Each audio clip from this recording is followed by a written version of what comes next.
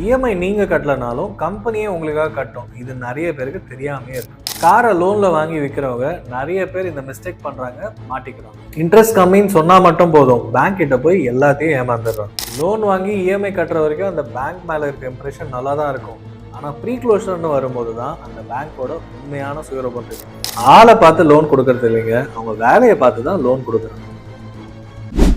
ஒரு personal loan எடுக்க போறீங்கன்னா இந்த 5 முக்கியமான விஷயத்த நீங்கள் கண்டிப்பாக தெரிஞ்சுக்கணும். ஏன்னா நம்ம ஜென்ரலாக பார்க்கறது இன்ட்ரெஸ்ட் ரேட் கம்மியாக இருந்தால் அந்த கம்பெனி தான் நல்ல பேங்க்கு, நல்ல லோன் ப்ரொவைடர் அப்படின்னு நம்பிட்டு போவோம். அதுக்கப்புறம் தான் தெரியும் அவங்களோட ஃபீஸு எல்லாமே ரொம்பவே அதிகமாக இருக்கும். ஏன்டா போய் மாட்டணும்னு இருக்கும். So interest rate first point. Interest rate என்ன இருக்குன்னு பாருங்க. சொல்லும் போது இருக்கிறதுலே லோயஸ்ட் இன்ட்ரெஸ்ட் ரேட் இப்போ மார்க்கெட்லன்னு சொல்லுவாங்க. ஆனால் நீங்கள் செக் பண்ணாதான் தெரியும் உங்கள் கிரெடிட் ஸ்கோர் ரொம்பவே அதிகமாக இருக்கணும். நீங்கள் எங்கேயுமே லோன் எடுத்திருக்க கூடாது. உங்களோட பழைய கிரெடிட் ஹிஸ்ட்ரியில் நீங்கள் ஒரு டிஃபால்ட் கொடுத்துட்டீங்க. இந்த மாதிரி எக்கச்சக்க காரணத்தை கண்டுபிடிச்சு அதனால் உங்களுக்கு லோயஸ்ட் இன்ட்ரெஸ்ட் ரேட் கொடுக்க முடியாது. எக்ஸ்ட்ரா 0.2 0.3% கொடுக்கறதுக்கு 100% வாய்ப்பு இருக்குது. ஏன்னா சேல்ஸ் பிச் பண்ணும்போது என்ன வேணால் சொல்லிடுவாங்க. அதுக்கப்புறம் தான் இந்த மாதிரி ரீசன்னால உங்களுக்கு இந்த மாதிரி லோன் கொடுக்க முடியாதுன்றதையும் சொல்லுவாங்க. ஸோ இன்ட்ரெஸ்ட் ரேட் மட்டும் இல்லாமல் வேற ஏதாவது இட்ஸ் அண்ட் பட்ஸ் இருக்கா, கண்டிஷன்ஸ் அப்ளை இருக்கா அப்படின்றத தெளிவாக கேளுங்க. டாக்குமெண்டேஷன் முன்னாடியே வாங்கிக்கோங்க. இன்னும் ஒரு முக்கியமான பாயிண்ட் இன்ட்ரெஸ்ட் ரேட்டில் கொடுத்த பிறகு அது ஃபிக்ஸடா சேஞ்சிங்கா. ஃபிக்ஸட்னா இப்போ வந்து 8% கொடுக்க ஆரம்பிச்சிருப்பாங்க. ஆர்பிஐ வந்து இந்த வருஷம் ஒரு 4 தடவை இன்ட்ரெஸ்ட் ரேட் குறைச்சிட்டாங்க. இன்ட்ரெஸ்ட் ரேட் ஆர்பிஐ குறைச்ச உடனே நீங்கள் வாங்கின லோனோட இன்ட்ரெஸ்ட் ரேட்டும் ஆட்டோமேட்டிக்காக கொஞ்சம் கொஞ்சமாவது குறையணும். இது குறையுது, ஆர்பிஐ இன்ட்ரெஸ்ட் ரேட் குறையுது, உங்கள் பேங்க் ஃபிக்ஸடாக வச்சுருப்பாங்க. அதுக்கு எக்கச்சக்க ரீசன் சொல்லுவாங்க. ஏன்னா நீங்கள் வந்து இந்த துறையில் வேலை செய்கிறீங்க, ஏன்னா நீங்கள் பிஸ்னஸ் பண்ணுறீங்க, ஏன்னா உங்கள் கிரெடிட் ஸ்கோர் இப்படி இருக்குது, அந்த மாதிரி ரீசன் சொல்லுவாங்க. ஸோ தெளிவாக எல்லாருக்கும் இது கிடைக்குமா, நான் இந்த பிஸ்னஸ் பண்ணுறேன், இந்த வேலை செய்கிறேன், எனக்கு நீ சொல்கிற கம்மியான இன்ட்ரெஸ்ட் ரேட் கிடைக்குமா, வேறு எந்த ரீசன்ஸ்க்காக ஏற்றுவீங்களா அப்படின்றதும். அது மட்டும் இல்லாமல் ஃபிக்ஸடாக இல்லை வேரியபிள் சேஞ்சாக இருந்தால் ஆட்டோமேட்டிக்காக மாறுமா, இதுக்கு நான் மாதம் இல்லைனா செக் பண்ணி நான் பேங்க்கில் வந்து பேசணுமா அப்படின்றது கேட்டுக்கோங்க. எனக்கு தெரிஞ்ச நிறைய பப்ளிக் செக்டர் பேங்க்ஸாக இருக்கட்டும், ப்ரைவேட் பேங்க்ஸாக இருக்கட்டும், ஒரு ரேட்டை ஃபிக்ஸ் பண்ணிவிட்டு கொஞ்சம் தான் குறைப்பாங்க. நீங்கள் மார்க்கெட் ரேட் இன்னும் ரொம்ப கம்மியாக இருக்குது, 2% வித்தியாசமாக இருக்கே அப்படின்னு கேட்டிங்கன்னா அதுக்கு ஒரு ஸ்மால் ஃபீஸ் பே பண்ணுங்கன்னு சொல்லுவாங்க. ஸோ முன்னாடியே ஃபிக்ஸட் ரேட்னு கேட்டுக்கிட்டிங்கன்னா நீங்கள் அடிக்கடி போய் அப்ரோச் பண்ணி குறைக்கிறதுக்கு ரெடியாக இருக்கணும். வேரியபிள் ரேட்டாக இருந்தாலும் செக் பண்ணுறதுக்கு ரெடியாக இருக்கணும். கண்டிப்பாக பண்ணிங்கன்னா தான் நீங்கள் அதிக இன்ட்ரெஸ்ட்டு பேங்க்குக்கு கொடுக்காமல் இருப்பீங்க. 2வது பாயிண்ட்டு, மணி யூ ரிசீவ். 5 லட்ச ரூபா லோன் அப்ளை பண்ணியிருப்பீங்க. Processing fee, upfront charges, fixed fee, அது இதுன்னு போட்டு, லீகல் ஃபீஸ் அது இதுன்னு போட்டு உங்களுக்கு கையில் கொடுக்குற பணம் 4.85 லேக்ஸ் இல்லை 4.8 லேக்ஸ். 20,000 அவங்க பேங்க்கே எடுத்துப்பாங்க, மீதி தான் கொடுப்பாங்க. ஆனால் உங்களுக்கு போடுற இன்ட்ரெஸ்ட் பார்த்தீங்கன்னா மொத்தமாக 5 லட்சத்துக்கு இன்ட்ரெஸ்ட் போடுவாங்க. ஸோ அது என்ன கணக்கு அப்படின்றது நீங்கள் தெளிவாக கேட்டுக்கணும். நிறைய இடத்துல லோன் கொடுக்கறதுக்கு இப்போலாம் வெய்வ் ஆஃப் பண்ணிடுறாங்க. ஸோ வெய்வ் ஆஃப் கிடைக்குதா அப்படின்னு கேளுங்க. அப்படி இல்லைன்னா ஒரு மல்டிபிள் லோன் கொடுக்குற ஒரு டிஎஸ்ஏ ஏஜென்ட், அதாவது லோன் ஏஜென்ட் கிட்ட போனீங்கன்னா அவங்க இதில் இப்படி இருக்குது, இதில் இவ்வளோ தான் சார்ஜஸ், இதெல்லாம் கிளாரிட்டியோடு கொடுக்க முடியும், கம்பேரிசனும் கொடுக்க முடியும். அவங்க கிட்ட பார்த்து நீங்கள் லோன் எடுங்க. ஸோ தட் இந்த வெய்வ் ஆஃபும் சேர்த்து நீங்கள் பே பண்ணுமா, இல்லை இல்லாமல் பே பண்ணுமா அப்படின்னு ரிட்டன் டாக்குமெண்ட்டில் வாங்கிட்டு மெயிலில் வாங்கிட்டு நீங்கள் பண்ண முடியும்.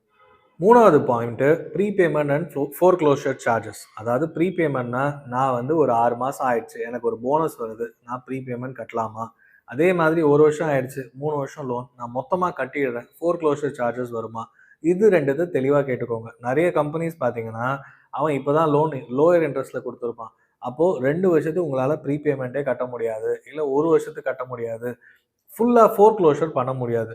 உங்ககிட்ட பணம் வந்துருச்சு, தேவையில்லாமல் நான் எதுக்கு அதிக இன்ட்ரெஸ்ட் கட்டணும், 6 மாதத்தில் கட்டிடுறேன், 1 வருஷத்தில் கட்டிடுறேன்னா பிகாஸ் ஆஃப் இந்த மாதிரி சர்க்கம்ஸ்டன்சஸ்னால உங்களால் லோனை அடைக்கவே முடியாது. அந்த 10 hour வரைக்கும் கட்டி தான் ஆகணும், அவனுக்கு எக்ஸ்ட்ரா இன்ட்ரெஸ்ட் பே பண்ணி தான் ஆகணும்.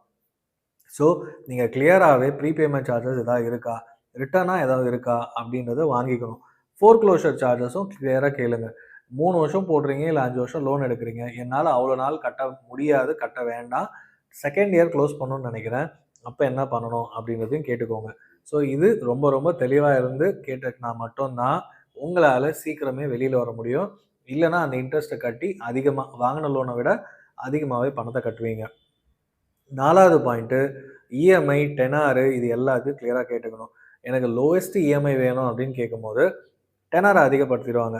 இல்ல நான் குயிக்கா கட்டுறேன்னு கேட்டீங்கன்னா, டெனார குறைச்சிருவாங்க. ஸோ தட் குயிக்கா அதிக பர்டன் ஆயிடும். ஸோ மிடில் பாத் என்ன? அதாவது என்னால 3 வருஷம் கட்ட முடியும். மாசத்துக்கு இவ்வளோ தான் கட்ட முடியும் அப்படின்னு ஃபிக்ஸடா இருக்கும். அதுக்கு ஒரு ரூல் என்னன்னா, ரூ. 1,00,000 சம்பாதிக்கிறீங்க அப்படின்னா 35% தான் லோன் எடுக்கணும். அப்போ ரூ. 1,00,000க்கு மேக்ஸிமம் ரூ. 40,000 தான் லோன் கட்டுற மாரி நீங்க இருக்கணும். அப்போ உங்களோட இதுல 50, 60% லோன் எடுத்துட்டீங்கன்னா, உங்களால வாழ்க்கை நடத்த முடியாது. மத்த லைஃப் என்ஜாய் பண்ண முடியாது. ஸோ இஎம்ஐ எவ்வளோ கட்ட போறோம்னு தெளிவா இருங்க. எவ்வளோ வருஷம் கட்ட போறோம்ன்றது தெளிவா இருங்க. சில பேர் இது குறைச்சா இதுக்கு சார்ஜஸ் பே பண்ணணும். இதனால இதுக்கு சார்ஜஸ் பே பண்ணணும்னு சொல்லிக்கிட்டே இருப்பாங்க. ஸோ எப்படி ப்ரீபேமெண்ட் அண்ட் ஃபோர்க்ளோஷர் சார்ஜஸ் கேட்குறோமோ, அதே மாதிரி இஎம்ஐ ஃப்ளெக்சிபிளா குறைக்க முடியுமா? சப்போஸ் வேலை போயிருச்சுன்னா, அது என்ன பண்ணலாம்? சில பேர் இன்சூரன்ஸ் ஆட் ஆனா குடுப்பாங்க. அந்த ஆட் ஆன் பெனிஃபிட்ட மிஸ் பண்ணாதீங்க. ஏன்னா, அந்த ரூ. 5,000 ரூ. 10,000 இன்சூரன்ஸ்னால உங்களுக்கு வேலை போனாலும், இல்ல பணம் இல்லாட்டியும், அது வந்து உங்க லோன புரொடெக்ட் பண்ணும். அதாவது அந்த கம்பெனி உங்களுக்கு பேமெண்ட் பண்ணுவாங்க. இதுக்காகவே நெறைய இன்சூரன்ஸ் வந்து ஆட் ஆன் பெனிஃபிட்ஸா குடுப்பாங்க. இது எது நான் எடுக்கணும்னு சொல்லிட்டு நெறைய பேர் அத போடாம விட்டுருவாங்க. டிக் பண்ணாம விட்டுருவாங்க. ஸோ, அந்த இன்சூரன்ஸ் பெனிஃபிட் இருந்ததுன்னா, கண்டிப்பா எடுத்துக்கோங்க. இல்ல வெளியிலயும் அந்த மாரி இன்சூரன்ஸ் ரைடர் குடுக்குறாங்கன்னா, அந்த ரைடர்ஸ் எடுத்துக்கிறது ரொம்பவே நல்லதுன்னு சொல்லுவேன்.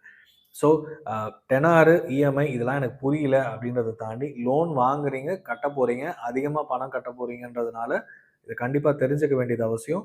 சிம்பிளாவாவது புரிஞ்சு வச்சுக்கோங்க. நெறைய பேர் 3 வருஷம் கட்டணும் சார், மாசம் இவ்வளோ தான் கட்டுறேன். திடீர்னு பார்த்தா ரேட் ஏறிடுச்சுன்னுவாங்க. ஏன்னா பேங்க் ரேட் ஏறிடுச்சு, ஆட்டோமேட்டிக்கா இது ஏறுது. அதுவுமே புரியாத மாரி இருப்பாங்க. இன்ட்ரெஸ்ட் ரேட் குறைக்கவே மாட்றான். எனக்கு 3 வருஷம் எவ்வளோ கட்டணும்னு தெரியல. இவ்வளோ சொன்னா எவ்வளோ போதுன்னு இருப்பாங்க.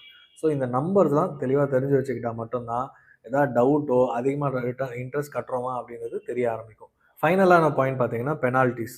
அதாவது நான் ஒரு டேட் தள்ளி 5ஆம் தேதி, 6ஆம் தேதி கட்டினா பரவாயில்லையா? அப்படின்ற பாயிண்ட்டு. அதனால ஏதாவது கிரெடிட் பியூரோக்கு ரிப்போர்ட் பண்ண போறாங்கன்னா, உடனே கிரெடிட் பியூரோக்கு ரிப்போர்ட் பண்ணா உங்களுக்கு தான் பேட் நேம். அது வந்து நான் 1 நாள் டிலே அந்த கிரேஸ் பீரியட் ஒரு 2, 3 டேஸ் இருக்கான்னு பார்த்துக்கோங்க. சப்போஸ் உங்க உங்க அக்கவுண்ட்ல பணம் இருக்கு. ஆனா பிக்காஸ் ஆஃப் பேங்கிங் இஷ்யூனால போயிருச்சு அப்டின்னா, அது ஃப்ளெக்சிபிளா அந்த பேங்க் வந்து ஆப்பரேட் பண்ண விடுறாங்களான்றத பாருங்க. இந்த பெனால்டீஸ்க்கான சார்ஜஸ் யூசுவலா பார்த்தீங்கன்னா, இது ரொம்பவே அதிகமா வச்சிருப்பாங்க. ஏன்னா, ஏதாவது ஒரு தெரியாத்தனமா நடந்துச்சுன்னா, அப்போ வந்து உங்களுக்கு ரூ. 1000 ரூ. 2000 போட்டு சார்ஜ் போட்டுருவாங்க. கேட்டா நான் தான் ஆல்ரெடி சொல்லிட்டேனே அப்டின்றது. ஸோ லேட் ஃபீ, ஓவர் இந்த மாரி பவுன்ஸ் சார்ஜஸ் இதெல்லாம் இருக்கும். இதெல்லாம் தாண்டி உடனே கிரெடிட் பியூரோக்கு சொல்றது இதெல்லாம் நடந்துச்சுன்னா, உங்க சிபில் ஸ்கோர் அடி வாங்கும். அது குறையவே குறையாது. இன்னொரு முக்கியமான விஷயம், இந்த மாரி லோன்ஸ் எடுத்துட்டு, உங்களால அத வந்து கட்ட முடியாம விட்டுட்டீங்கன்னா, செட்டில்மென்ட் போகலாம். அதுவுமே தெரிஞ்சு வச்சுக்கோங்க. ஸோ தட் எந்த சிச்சுவேஷன்ல என்ன ப்ராப்ளம் வரும்னு தெரியாது. ஸோ செட்டில்மென்ட் போனா குயிக்கா க்ளோஸ் பண்ணிட்டு, அந்த சிபில் ஸ்கோர் குறையும். பட் ஆனா நீங்க வந்து அந்த ப்ராப்ளம்லருந்து சீக்கிரம் வெளிய வந்துர முடியும்.